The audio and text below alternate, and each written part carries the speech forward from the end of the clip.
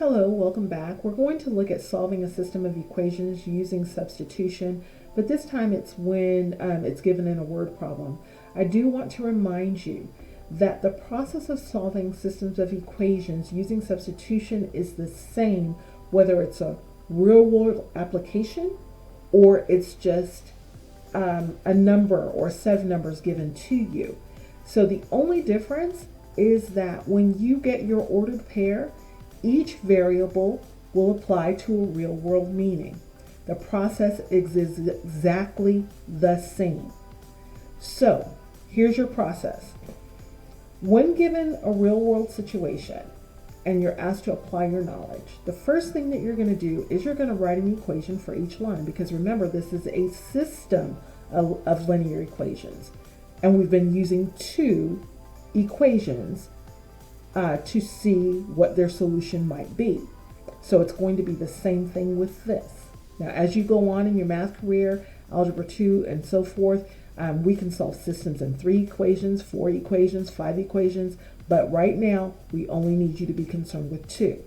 So here's a hint, and you may remember this hint from earlier when we were solving equations or solving systems of equations by graphing. You're going to write an equation for each line.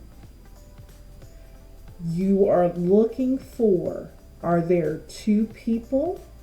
If there are, you may want to write an equation for each person. Is there 2 different time frames? Yesterday and today, this year, last year, originally, next time. If so, you want to write an equation for each time frame. Other than that, you may have a comparison of 2 companies. These are not the only situations that you may have, but they are the most common. So first thing you're going to do after you do that is just like we did before. You're going to isolate the variable. Then you're going to use the result of step 2 to plug into step 3. Then you're going to use the result of step 3 to plug into either equation and solve for that variable, and you're just going to state the solution. So here we go. First thing we're going to do, of course, is read. On the windowsill is a plant that is 20 inches tall. It is growing 1 inch per week. A second plant, which is 6 inches tall, is on the coffee table. It is growing 2 inches per week. Eventually, the 2 plants will be the same height. How tall will the plants be? How many weeks will that take? All right, so here we go. What do you notice? Hopefully you notice, Miss, we've got 1 plant, or the first plant, and we've got the second plant. Well, let's talk about what the first plant is doing. Well, the first plant, we're told, is already 20 inches tall, and it's growing at 1 inch per week.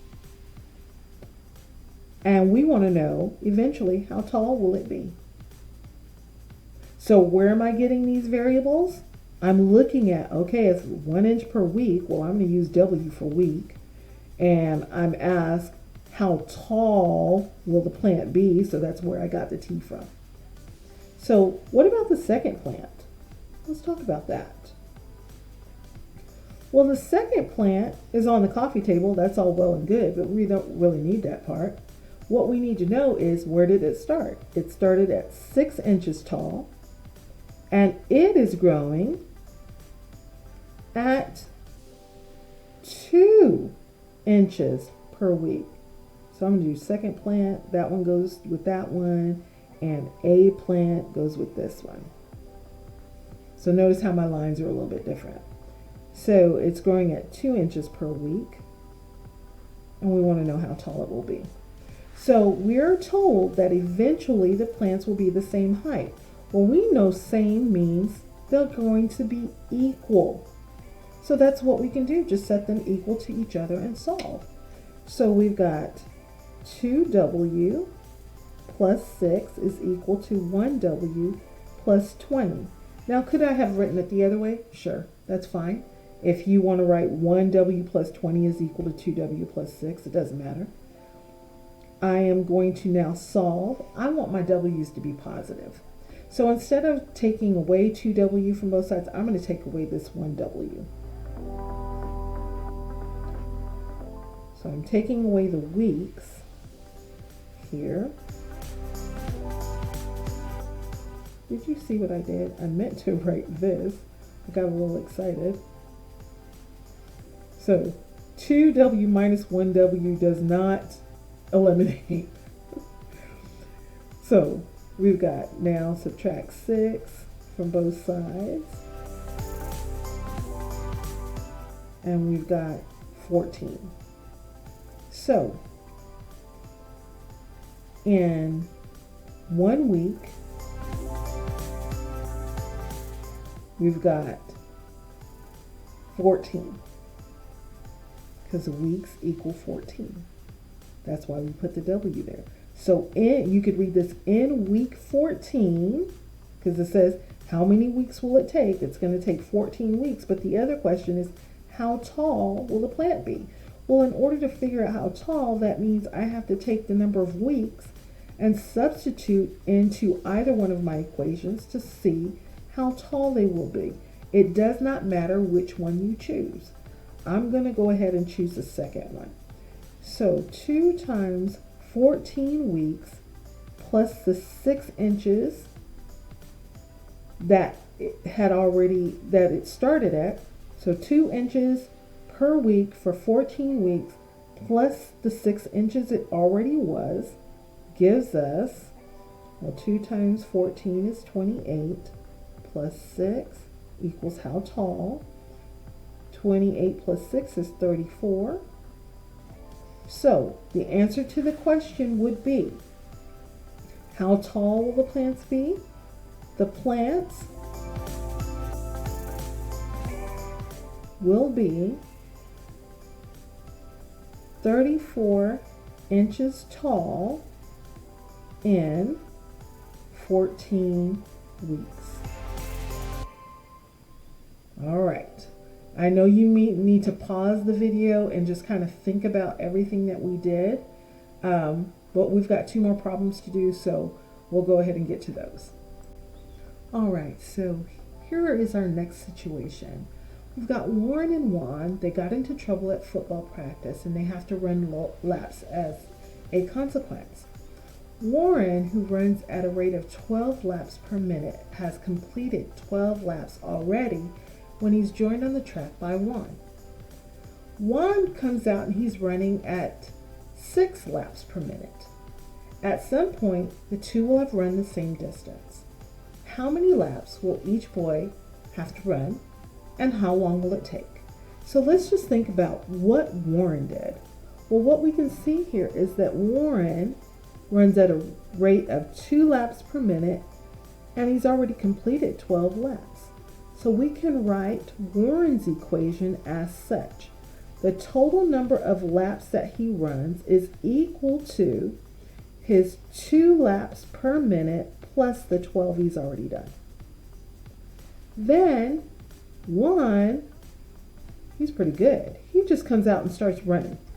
He didn't run any before. Maybe, he had to take a break before he ran them. Anyway, so we've got 1. And the total number of laps that he runs is equal to his 6 laps per minute. And at some point, they will have run the same, meaning the equal distance. So that means we can put them equal to each other and solve. So I am going to subtract 2m from both sides of the equation, or 2 laps per minute from both sides of the equation. And I get 4 laps per minute is equal to 12. So I'm going to divide by 4. So what we know is that each person is going to take 3 minutes.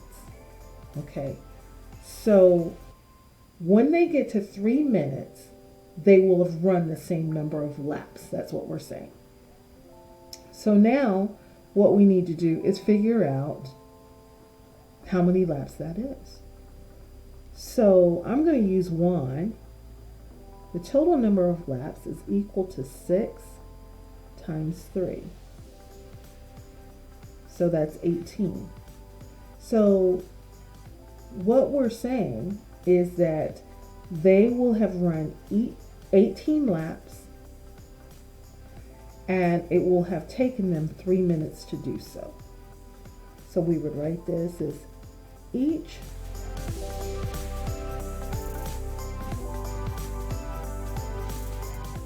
boy will have run, I think a better word is will have ran 18 laps in 3 minutes. Let's go on. So our next situation is about Kim. And Kim is going to the Clark County Fair, and she's trying to decide what deal is better. She can either pay $40 and ride as many rides as she wants to. That's what they mean by limited rides, is she doesn't have to pay anything. It's like getting one of those bracelets when we go to the fair. You pay $20 for the bracelet and you can ride everything. Or she can pay $14 for admission, meaning to get in, and then she can pay $1 per ride. If Kim goes on a certain number of rides, the two options wind up costing her the same amount. What is the cost, and how many rides is that? So think about this. Here she can either, let's just go ahead and, since we're familiar with the bracelets, when we go to the fair, let's say she buys the bracelet, and the cost of the bracelet is $40. And every time she goes in, she doesn't have to give any more money. She just shows them the bracelet. Everybody says, oh, sure, get on, right? Now her other option is the total cost would be, okay, we're not going to give you the bracelet. What you can do is you can pay us $1 per ride plus the $14 we're going to charge you to get in the fair. Okay? So at some point, again, they're going to end up costing the same. So they're going to be equal to each other. So let's just do that. We've got $40 is equal to $1 per ride plus the $14 that she paid to get in. We're going to subtract the $14. And when we do that, what we find out is that she can ride 26 rides at $1 each. Okay, so the question was, what is the cost and how many rides? Well, the cost, because we know eventually it's going to be the same, would be $40. Because if I plug in 26 for R and add 14 to it, I get $40. So the total cost